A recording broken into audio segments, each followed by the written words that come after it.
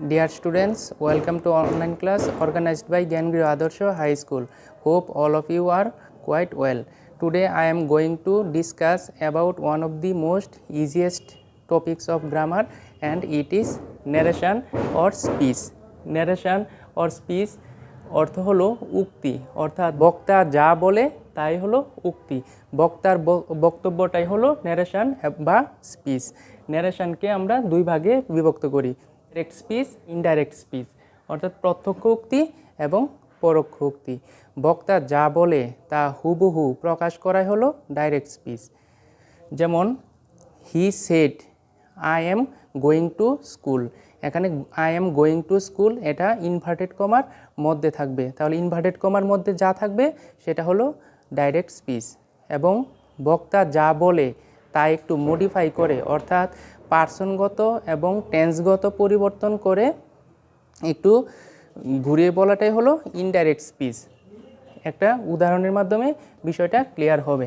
এখানে একটি সেন্টেন্স লক্ষ্য করো, he said to me I want to buy a car. এখানে একটা বাক্য দেওয়া আছে, সেটা একটা ইনভার্টেড কমার ভিতরে একটা অংশ আছে এবং ইনভার্টেড কমার বাইরে একটা অংশ আছে। যদি কোনো একটা সেন্টেন্সে ইনভার্টেড কমা থাকে তাহলে এটা ধরে নিতে হবে সেটা ডাইরেক্ট স্পিচ, অর্থাৎ প্রত্যক্ষ উক্তি। এই ক্ষেত্রে আমরা একটা সেন্টেন্সকে দুই ভাগে ভাগ করতে পারি। যেমন প্রথমটা হলো রিপোর্টিং ভার্ব এবং দ্বিতীয়টা হলো রিপোর্টেড স্পিচ। আমরা যখন ডাইরেক্ট স্পিচকে ইনডাইরেক্ট করব তখন রিপোর্টিং ভার্ব এবং রিপোর্টেড স্পিচের দিকে খেয়াল রাখতে হবে। এখন আমরা এটাকে যদি ইনডাইরেক্ট স্পিচে পরিবর্তন করি তাহলে হি সেড টু এর একটা পরিবর্তন হবে অবশ্যই। হি সেড টু এর পরিবর্তে অ্যাসার্টিভ সেন্টেন্সে হয় টোল্ড, হি টোল্ড মি। আর ইনভার্টেড কমা অ্যাসার্টিভ সেন্টেন্সে পরিবর্তিত হয়ে দ্যাট হয়, দ্যাট। তারপর আমরা জানি ন্যারেশন মানেই যেখানে পার্সন থাকবে সেখানেই পরিবর্তন করতে হবে। যেমন এখানে I person, I first person, সেটা সবসময় ফার্স্ট পার্সন ফার্স্ট প্লেস অনুযায়ী পরিবর্তিত হবে। যেমন আই ফার্স্ট পার্সন, আইটা হি হয়ে যাবে, হি। তারপর টেন্সগত পরিবর্তন। টেন্সগত পরিবর্তন বলতে এখানে ভার্ব ওয়ান আছে, সেটা হবে ভার্ব টু, অর্থাৎ ওয়ান্টেড টু বাই এ কার, বাকি অংশ ঠিক থাকবে। নন ফাইনিট ভার্বের কোনো পরিবর্তন নেই, এখানে to by non finite verb, এই কারণে কোনো পরিবর্তন হবে না। এখন আমরা জানি সেন্টেন্স পাঁচ প্রকার: assertive sentence, interrogative sentence, imperative sentence, optative sentence এবং এক্সক্লামেটরি সেন্টেন্স। অ্যাসার্টিভ সেন্টেন্স হলো বিবৃতিমূলক বাক্য বা বর্ণনামূলক বাক্য, আর ইন্টারোগেটিভ সেন্টেন্স হলো প্রশ্নবোধক বাক্য, ইম্পারেটিভ অনুজ্ঞাসূচক বাক্য এবং অপটেটিভ ইচ্ছা বা প্রার্থনামূলক বাক্য, এবং এক্সক্লামেটরি হলো বিস্ময়সূচক বাক্য। এখন আমাদের এই পাঁচ রকমের সেন্টেন্সে পাঁচ রকমভাবে ন্যারেশন চেঞ্জ করতে হবে এবং এটা আমরা একটা নির্দিষ্ট ছকের মাধ্যমে বোঝার চেষ্টা করব। এবং এই বিষয়টা একটু মাথায় রাখতে হবে যে আমাদের পার্সনগত পরিবর্তন যেহেতু হবে, first person I we, second person you your, third person he she it, অথবা যে কোনো একজনের নাম বোঝালে সেটা হবে থার্ড পার্সন। এখন আমাদের পরিবর্তনের ক্ষেত্রে অবশ্যই মাথায় রাখতে হবে ফার্স্ট পার্সন সবসময় ফার্স্ট প্লেসে বসবে। যেমন এটাকে যদি আমরা রিপোর্টিং ভার্ব ধরি, রিপোর্টিং ভার্ব অনুযায়ী পার্সনটা পরিবর্তন হয়। যেমন এখানে সাবজেক্ট একটা ফর্ম থাকে, এখানে অবজেক্ট একটা ফর্ম থাকে। এটাকে যদি আমরা ফার্স্ট প্লেস হিসাবে গ্রহণ করি এবং এটাকে সেকেন্ড প্লেস, তাহলে যদি ইনভার্টেড কমার ভিতরে যে অংশটা থাকবে এটা যদি ফার্স্ট পার্সন হয় তাহলে সবসময় ফার্স্ট প্লেস অনুযায়ী পরিবর্তন হবে, এবং এখানে যদি সেকেন্ড পার্সন থাকে তাহলে সেকেন্ড প্লেস অনুযায়ী পরিবর্তন হবে। আর থার্ড পার্সন হলে নো চেঞ্জ, যেমন থার্ড পার্সন নো চেঞ্জ। অর্থাৎ এখানে যদি হি শি ইট অথবা যে কোনো একজনের নাম থাকে তাহলে কোনো ধরনের পরিবর্তন হবে না। এখন আমরা এটা একটা নির্দিষ্ট ছকের মাধ্যমে বোঝার চেষ্টা করব। সেন্টেন্স ধরে নিলাম চেনার উপায়।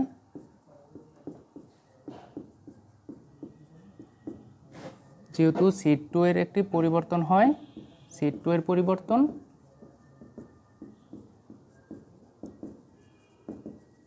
এবং ইনভার্টেড কমার পরিবর্তন।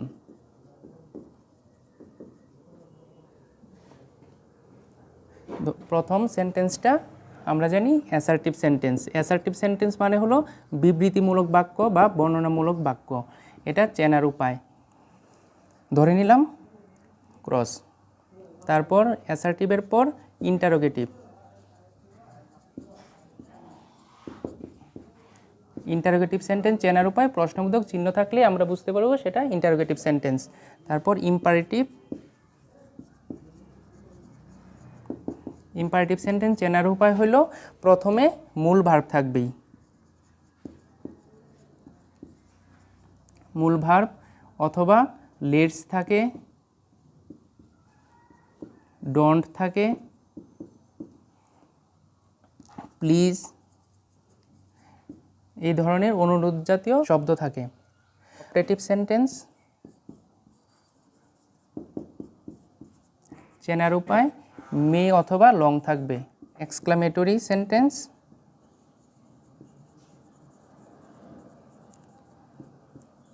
এ আশ্চর্যবোধক চিহ্ন থাকবে। অর্থাৎ আমরা চিনলাম অ্যাসার্টিভ সেন্টেন্স, এটা একটু পরে বোঝাচ্ছি।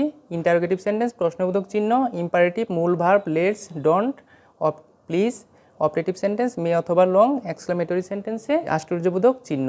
এখন চেনার উপায় শিখলাম। এখন একটা বাক্যের মাধ্যমে তোমাদেরকে বোঝানোর চেষ্টা করতেছি। হি said to me, he has done the work. এই ক্ষেত্রে দেখো, হি said to me, he has done the work, inverted কমার মধ্যে যে বাক্যটি আছে সেটা আমরা চেনার চেষ্টা করব কোন সেন্টেন্স। এটা ইন্টারোগেটিভ সেন্টেন্স হলে প্রশ্নবোধক চিহ্ন থাকতো, যেহেতু প্রশ্নবোধক চিহ্ন নেই সেক্ষেত্রে ইন্টারোগেটিভ না। ইম্পারেটিভ সেন্টেন্স হলে প্রথমে মূল ভার্ব থাকতো, কিন্তু এখানে প্রথমে সাবজেক্ট আছে। অপারেটিভ সেন্টেন্স হলে মে অথবা লং থাকতো, এক্সক্লামেটরি থাকলে আশ্চর্যবোধক চিহ্ন থাকতো। এর কোনোটাই নাই, যেহেতু কোনোটাই নাই সেক্ষেত্রে এটা হবে অ্যাসার্টিভ সেন্টেন্স অর্থাৎ বিবৃতিমূলক বাক্য। এক্ষেত্রে আমরা অ্যাসার্টিভ সেন্টেন্স হিসেবে সেট টু এর পরিবর্তন করব এবং ইনভার্টেড কমার পরিবর্তন করব। এখন আমরা ছকটা সম্পন্ন করি। অ্যাসার্টিভ সেন্টেন্স সেট টু পরিবর্তন হবে টোল্ড দ্বারা, আর ইনভার্টেড কমার পরিবর্তে হবে দ্যাট। ইন্টারোগেটিভ সেন্টেন্সে সেট টু এর পরিবর্তে হবে আস্কড, এবং ইনভার্টেড কমার পরিবর্তে হবে যদি ডব্লিউএইচ ওয়ার্ড থাকে তাহলে ডব্লিউএইচ ওয়ার্ডই হবে, এবং যদি অক্সিলারি ভার্ব থাকে তাহলে ইফ হবে। যদি অক্সিলারি ভার্ব থাকে,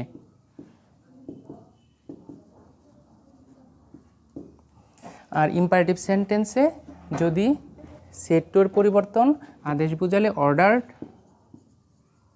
নিষেধ বুঝালে ফরবেড,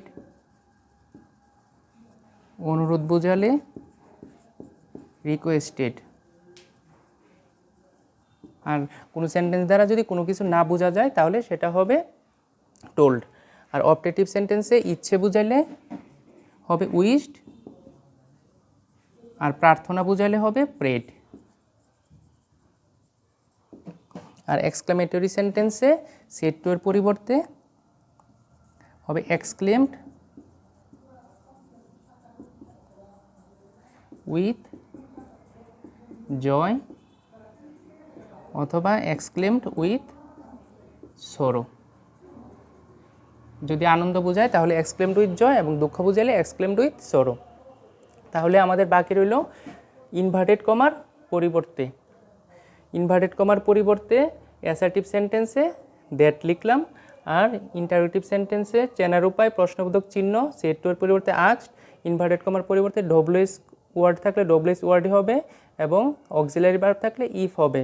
আর ইম্পারেটিভ সেন্টেন্স চেনার উপায় মূল ভার্ব লেটস, ডোন্ট, প্লিজ এগুলি থাকলে হবে ইম্পারেটিভ সেন্টেন্স। যদি আদেশ বুঝায় অর্ডার, নিষেধ বুঝাইলে ফরবেড, অনুরোধ বুঝাইলে রিকোয়েস্টেড, এবং ইনভার্টেড কমার পরিবর্তে হবে টু।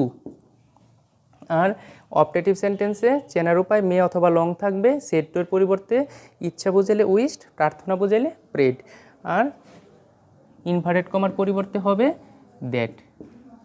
আর এক্সক্লামেটরি সেন্টেন্স চেনার উপায় এক্সক্লামেশন চিহ্ন থাকবে, সেট টু এর পরিবর্তন আনন্দ বুঝালে এক্সক্লেমড উইথ জয়, দুঃখ বুঝালে এক্সক্লেমড উইথ সরো, এবং ইনভার্টেড কমার পরিবর্তে হবে দ্যাট। অর্থাৎ আমরা দেখতে পাচ্ছি যে 5টি সেন্টেন্সে 3টা সেন্টেন্সে ইনভার্টেড কমার পরিবর্তন দ্যাট দ্বারা হচ্ছে। তাহলে এই ছকটা যদি আমরা মনে রাখতে পারি তাহলে আশা করি তোমাদের ন্যারেশন সম্পূর্ণ ক্লিয়ার হয়ে যাবে। এখন আমরা টেন্সগত যে পরিবর্তনটা আছে সেটা বোঝানোর চেষ্টা করব। এখন আমরা যে টেন্সগত যে পরিবর্তন হয় সেটা ইজিলি শেখার চেষ্টা করব।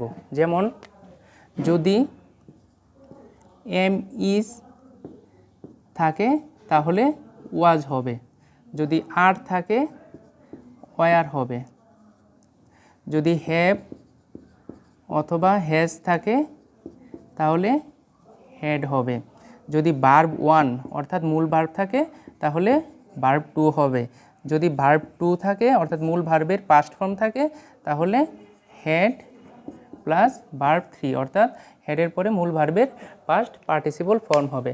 এই জিনিসটা যদি আমরা মনে রাখতে পারি তাহলে আশা করি টেন্সগত পরিবর্তনটা তোমাদের ক্লিয়ার হয়ে যাবে।